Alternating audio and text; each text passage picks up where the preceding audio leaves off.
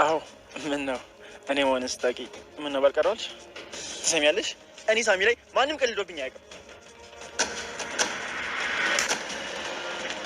እኔ ወደፍር ነው እጅግ የምታነሳው ሴት ላይ እጅን ታነሳለህ ፈሪ ነህ በጣም ፈሪ ነህ ፈሪ ከዚህ በኋላ ሁለተኛ አጠገባ ብትደርስ እገልሃለሁ አንተ ሽንታን በቃ እሷን ስታይ ወንድ ተሰማ አይደል ይኸውልህ ጫፍን አልነካም ግን አጠገብ ያለች ሴት የኔ ነች ይሄንን ወቅ አይኔ እያየ እሷን የኔ ያደርጋታል እችን ቀን ደግሞ መቼም እንዳረሳ በጥፍ ገባል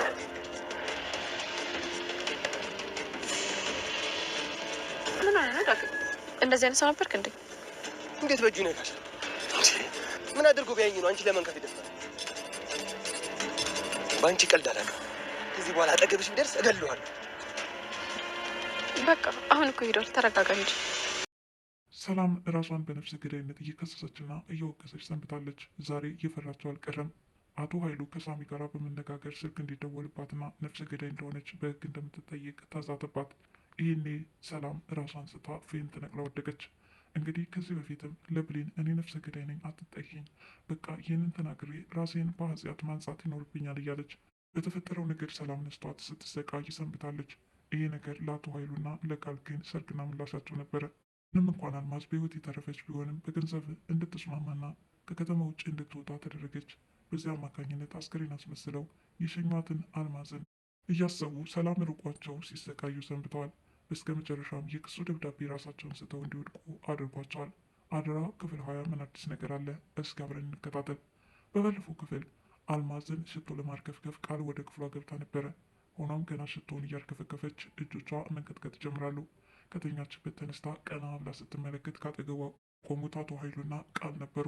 አንቺ ጤንዝዛ ምን ትሰሪያለች ስትልም አልማዝ ግርግሩ ከመፈጠሩ በፊት የሰደበቻትንና ያመነጫጨቀቻትን እያሰበችም ፊቷ መቆም እንደሌለባት እየተናገረች ነበረ። አልማዝ አለሽ እንዴ በህይወት ተርፋለች። በቃ ያዳግም የሚባል ይኸው በደንብ ሳያስተውል ነው የሸፋፈናት በማለት እርስ በርሳቸው ይነጋገራሉ። ወይዘሮ አልማዝ ሁሉንም ሲያዳምጡ ቆይተዋል። እንዴት የሞትኩ አስመስላቸው ወቅታቸው ልጥሉ ይኖራል አለች። ምንም እንኳን ለተወሰነ ሰዓት ደንዝዛ ብትቆይም የተፈጠረው ነገር ግን ወደኋላ ሁሉንም ነገር አንድ ባንድ እያስታወሰችም ነበረ። ቃልም ቀጠለች። እኔ ምንም አላደረግኩሽም ከማዬ ጋር እየተነጋገርሽ በነበርሽበት ሰዓት ወድቀሽ ነው ጭንቅላትሽን ጠረጴዛ የመታሽ በማለት አስመሰለች። እናም አሁን ምን ልታደርጉነት ስትል ወይዘሮ አልማዝን ጠየቀች። አቶ ኃይሉ አልማዝ በህይወት ተረፈች ማለት እኔና አንቺ የምንፈልገውን ግብ አናገኝም። ስለዚህ እሷን እንግደላትና ሰላምን ተጠያቂ እናድርግ። ዞሮ ዞሮ ሰላም ወይዘሮ አልማዝ ሞታለች ብላ ስለምታስብ አሁንም ቢሆን አውጥተን ከከተማ እንጣላትና እኛም የፈለግንበት ደረጃ እንድረስ ይላታል። ቃል አዎ ትክክል ነህ አለች። በሀሳቡ ተስማማች። ወይዘሮ አልማዝ እና ልትገሉኝ ነው አለች። እንደዛ ሳይሆን ረብጣ ገንዘብ ይከፈልሻል። የሞትሽ በማስመሰል ከከተማ ውጭ በመኪና ጭኜ ወስድሻለሁኝ። በዚህ ሀሳብ ከተስማማሽ የምትፈልጊውን ያህል ገንዘብ እንሰጥሻለን፣ በጣም ብዙ ገንዘብ በማለት በገንዘብም እንድትስማማ አደረጋት። ወይዘሮ አልማዝ የምትፈልገው ገንዘብ ነውና አሁን ምንም ከማድረግ ወደ ኋላ አይሉም። እናም በሀሳባቸው ተስማምታ አስከሬን አስመስለው እንዲከፍኗት አደረጉ። ሞ ከቃል ጋር ተኝታ መቃዠት ትጀምራለች። እናም አላስተኛት ቢላት አንዳንድ ጭርጭር የሚሉ ከክፍል የሚሰሙ ጩኸቶችም ወደዛ ክፍል እንድታመራ አድርጓታል። ብሌን በበኩሏ ሰላም ለምንድን ነው በሌሊት ተነስታ የምትሄደው አለች። ተከተለቻትም።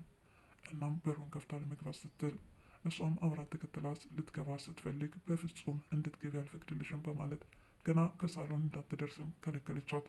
ብሌን ምን ሆና ነው ከወትሮ በተለየ ሰላም አልገባ እየከለከለችኝ አለች። ብቻ በዚህ ሁኔታ ቤት ውስጥ የተፈጠረው ግርግር ምን እንደሆነ ግራ ጋብቷታል።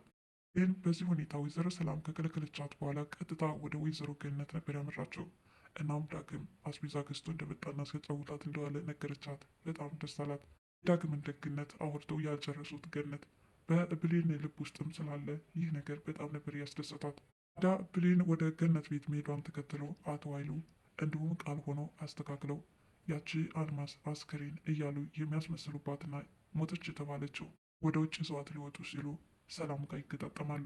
በላት በማለት ሰላም ሲጸጽታቸው የሰነበተውን ነገር ቢያንስ እንኳን በአንደበታቸው አውጥተው ይቅርታ ማለት እንዳለባቸውም ራሳቸውን አሳምነውታል። እናም አልማዝን መሬት ላይ ዘርሯት። በዚህ ሁኔታ ከአሁን ተንቀሳቀሰች እያሉ አቶ ኃይሉና ቃል እርስ በርሳቸው ይተያዩ ነበረ። ሰላምም አልማዝ በጣም ይቅርታ አድርጊልኝ፣ እኔ ግን የዘላለም ጸጸቴን ተሸክም ያለው በማለት ምርቋቸው ፈተናቸውን እያዩ ነው።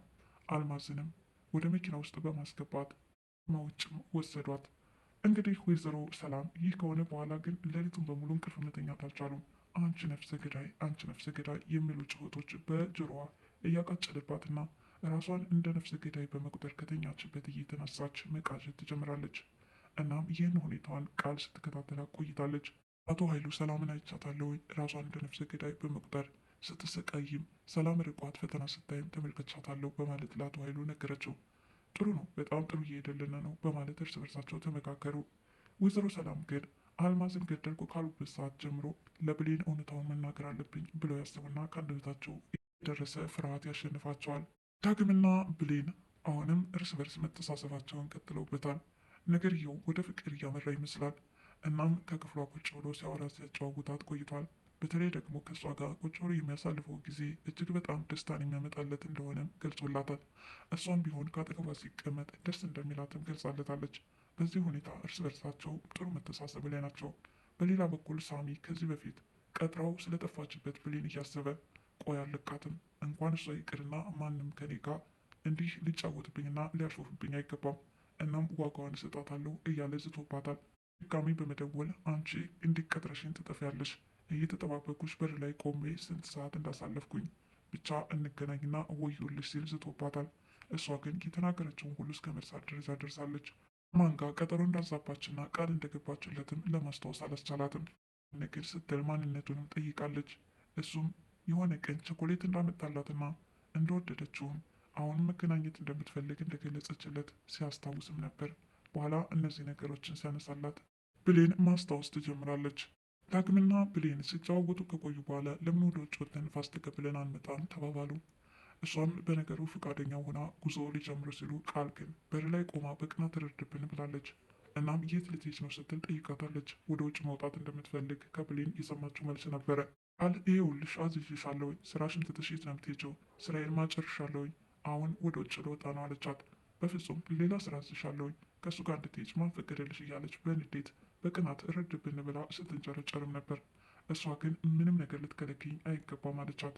እናም እንግዲያውስ ለማየ ይናገራለሁ፣ እሷ እናትሽ እንዳልሆነች እናገርብሻለሁ ያለቻት ሰዓት በድንጋጤ ክው ትላለች። ማውቀውን ነገር በትዕግስት መጠበቄ አሁን ላይ የረሳሁልሽ እንዳይመስልሽ ስትልም ብሌን ልታስታውሳት ትፈልጋለች።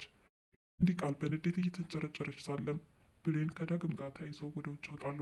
ወደ ውጭ በሚወጡበት ሰዓት ሳሚ እየተጠባበቃት ስለነበረ ከጀርባ በመምጣት ቤት በእኔ ላይ ታሾፊያለሽ፣ እኔ ሳሚን አታውቂኝ ማለት ነው እያለ እንደተለመደው ጉራውን እየቸረቸረ ምን አይነት ንቀት ነው እያለ እየጮህባት ነበረ። እሷም ምን ለማለት ፈልገ ነው? ለሰላም እንደሆነ የማውቀውን እውነት አልተናገርኩም አለች። እንደዛ ሳይሆን እንድንገናኝ ቀጥረሽኝ የጠፋሽው ለምንድን ነው ሲልም ጠይቋታል። እሷም አንተ ነህ እንዴ አለችው። አንተ መሆንክን ባውቅ እመጣ ነበር ልትይኝ ነበረ፣ ለማንኛውም በጣም ያናደድሽኝ በማለት ሊመታትን ፈለገ። ይህኔ ዳግም ከጀርባ በመምጣት ጉርቦውን አነቀው፣ በጥፊም ደረገመው። ምን አይነት ድፍረት ነው? ከሴት ልጅ ላይ እጅን እንድታነሳ አልፈቅድልህም በማለትም ሳሚን ተከላክሎ ከብሌን ጋር ተቃቅፎ ይሄዳሉ። እኔ እናንተ ወንድነታችንን እንፈታተሻለን፣ ብሌንን ከአንተ ነጥቄ የግሌ ባላደርጋት እያለም እየዛተበት ነበረ። ታዲያ እንደተለመደው ከአቶ ኃይሉ ጋር በመሄድም እየተመካከሩ ቆይተዋል። ወይዘሮ ሰላምን እንዴት አድርገው ማስፈራራት እንዳለባቸውም ሁሉን ነገር መከሩ። ከዛ በኋላ ለወይዘሮ ሰላም ስልክ በመደወል አልማዝን ከቤተሰቦች ጋር ተባብረሽ እንደገደልሻት ደርሼበታለሁ፣ እናም እጅሽን ለፖሊስ ትሰጫለች ሲልም ከባድ የሆነ ማስጠንቀቂያ ደርሶባታል። እኔ ብሌን ከዳግም ጋር ቆይታ እቤት ስትገባ ነበረ እንዲህ አይነት ግጥምጥሞች ግን እንደገደለቻት ተደርጎ እየተነገረባት ሰላም ላይ ብሌን ሁሉንም ነገር ጠንቅቃ አውቃለች። እናም ቃል ካጠገቧ ሆና ምን እያለ ነው አለች፣ ምንም ነገር እንደማታውቅ አድርጋ። ወይዘሮ ሰላምን በሰማችው ነገር መቋቋም አቅቷት ራሷን ስታወደቀች። እንግዲህ ወይዘሮ ሰላም እስካሁን ስትደነባበርበት የቆየችውና እኔ ነፍሰ ገዳይ ነኝ ሰው አይደለሁም እያለች ራሷን እየወቀሰች የቆየችበት ነገር ዛሬ ጉዳዩ ከህግ ደረጃ ደርሶ ራሷን ወደ ዘብጥያ እንደምትወርድ እያሰበች ነበረ። በድንጋጤ ሰውነቷ አድዶ ራሷን እስከ መሳት ደረጃ ያደርሳት። አቶ ኃይሉ ነገሩ እንዳሰቡ ይሄድላቸው ይመስላሉ። ለምንና እንዴት ወይዘሮ አልማዝ ከነቃች ወይዘሮ ሰላም ጥሩ የምስራች ይዞ ሲመጣ ለአቶ ኃይሉ ግን ራስ ምታት ነው እንዳልነው ሁሉ እነሱ ግን እንደሚፈልጉት ማስኬድ ችለዋል። እናም ዛሬ ላይ የሰላም ስቃይ እንዲሁ እንደቀጠለ ነው።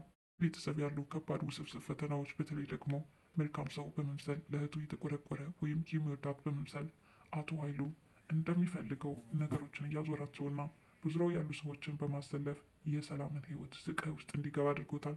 በዚህ ሁኔታ ነው ሀብት ንብረቷን ልናገኝ የምንችለው በማለት ከቃል ጋር ተባብረው ዛሬ ይችን ምስኪኗን ሴት እያሰቃዩት ነው። በቀጣዩ ክፍል እስከምንገናኝ ድረስ ለዛሬ የነበረኝ አስተያየት ይህንን ይመስል ነበረ። በቻናሌ አዲስ የሆናችሁ ላይክ፣ ሸር፣ ሰብስክራይብ በማድረግ ቤተሰብ እንድትሆኑ በትህትና እጠይቃለሁ። ባይ ባይ።